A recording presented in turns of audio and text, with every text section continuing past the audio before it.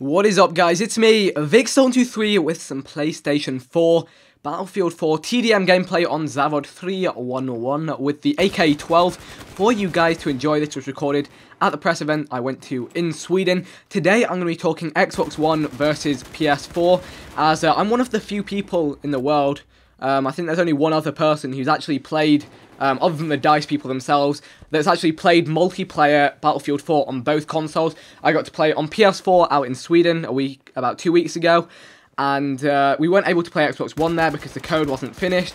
And I did get to play in the Battlefield 4 Showdown, which was on Xbox One multiplayer, so that's the first time Xbox One multiplayer for Battlefield 4 has been tried out. So I've tried both, and I'm going to be discussing that later on in the video. This is going to be my last Battlefield 4 video for a little while, because tomorrow night, I guess it would be, Call of Duty Ghosts is coming out, and I'm going to be covering that, quite extensively for a week or two, just like I've covered this game for a week or two.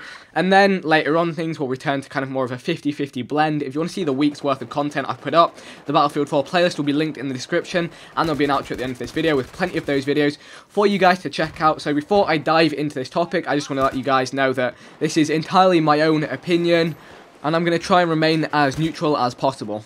So first of all, just something to say about both versions in themselves. Next gen is awesome. It doesn't matter which next gen console you're going to be playing on, you will get the Battlefield 4 experience. It's, closer than it's ever been to PC. And Battlefield 4, I do feel, is a next gen game. It is a PC game.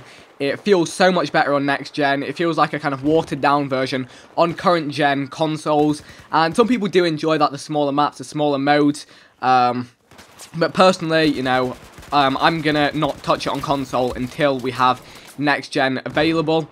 So the first thing to jump into probably is graphics, which is the one thing people really obsess over. To me, once it gets to a certain point, I'm not really fussed how it is.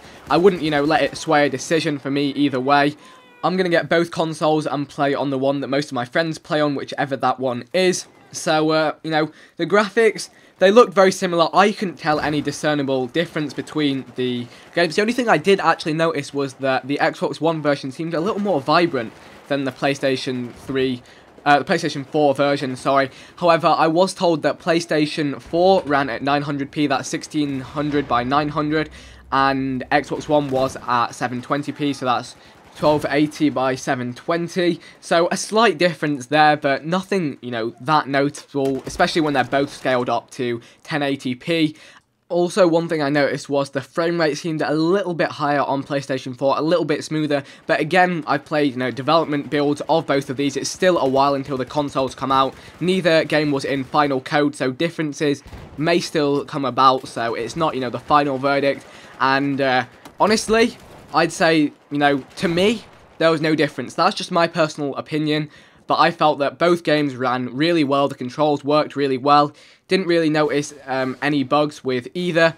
So, personally, Xbox One versus PS4, get either. Either one, you're going to have good fun on. This is PS4 gameplay right here, like I've said.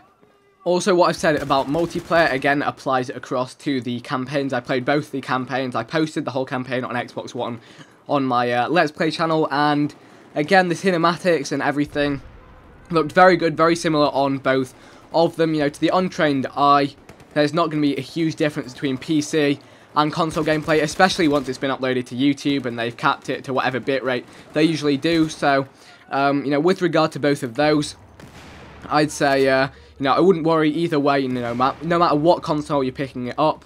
Also, another thing that's just personal to me is that I enjoy playing Battlefield on PC. That is mainly what I'm doing right now. I will give it a go on next gen, but I probably won't, focus on that. And yeah, one thing I did notice is that actually vehicle control on the consoles, I found to actually be much easier to be versatile with than PC. Obviously, you've got the analog sticks, which are helping you out, and all that sort of stuff, so that's just a personal thing I picked up on. So, using vehicles on the next-gen consoles will be a lot of fun, because you will have the full 32 versus 32 on the next-gen console, so definitely looking forward to that.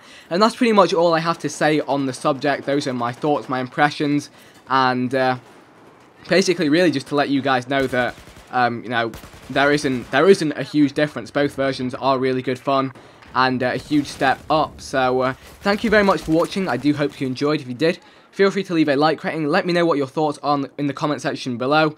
I can imagine there's going to be some sort of a console war going on down there. But seriously, guys, don't let, little things sway you into which console you get. Get the console that you like using, that your friends will be using, that has the exclusive games you want to play. And, don't worry too much about it. They're very, very, evenly planed at the moment in terms of how they feel. So, that is it for the video. Feel free to check out some more Battlefield 4 videos that I've posted over the last week. We've got Xbox One stuff, we've got PS4 stuff, PC stuff. It's all linked on screen. So feel free to enjoy, and I will see you guys soon.